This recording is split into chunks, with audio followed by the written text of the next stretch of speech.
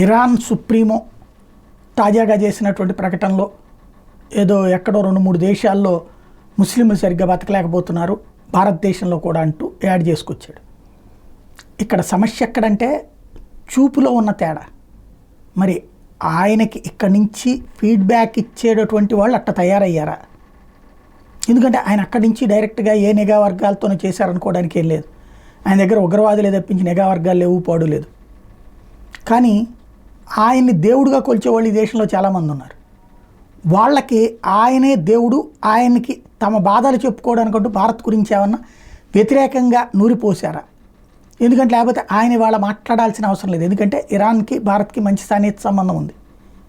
అలాంటిది అట్లా మాట్లాడుకొచ్చారు అంటే భారత్ మీద విషాన్ని ఎక్కించేటటువంటి వాళ్ళు ఆయనకి చుట్టూ ఉన్నారా? ఆయనకి ఆ ఫీడ్బ్యాక్ వెళ్తుంది. నిజంగా భారతదేశంలో బురకా ధరించొద్దని ఏ మహిళ మీదనైనా దాడి జరిగిందా? లేకపోతే హిజాబ్ ధరించొద్దని ఏ మహిళనైనా ఎవరైనా ఆపారా? స్కూల్లో జరిగింది, కాలేజీలో జరిగినటువంటిది కూడా కావాలని ఎస్డిపిఐ, పిఎఫ్ఐ లాంటి వాళ్ళు రెచ్చగొట్టుడు చర్య. అప్పటిదాకా యూనిఫామ్లు వేసుకుని, ఇప్పటికి కూడా దేశంలో అన్ని చోట్ల యూనిఫామ్లు అమలవుతాయి. ఈవెన్ ముస్లిం విద్యా సంస్థలు కూడా యూనిఫామ్ అమలవుతుందిగా, వాళ్ళ యూనిఫామే అమలవుతుంది. అంతే కదా. అక్కడ వేరే మతానికి సంబంధించినటువంటి డ్రెస్సుల్ని అనుమతిస్తారా? అంటే వాళ్ళ యూనిఫామ్ కానటువంటి దాన్ని అనుమతిస్తారా? మరి అది తెలిసి కూడా ఎందుకు ప్రత్యేకించి రెచ్చగొడుతున్నారు అంటే ఈ దేశంలో రెచ్చగొట్టే చర్యలు చాలా పర్ఫెక్ట్గా ఉన్నాయి. ఇది మనం ఆలోచించాలి.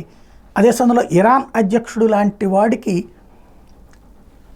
ఇలాంటి దుర్మార్గమైనటువంటి ఫీడ్బ్యాక్ ఇస్తున్నటువంటి ప్రమాదకర శక్తులు ఎవరో కూడా ఆలోచించాల్సి ఉంది.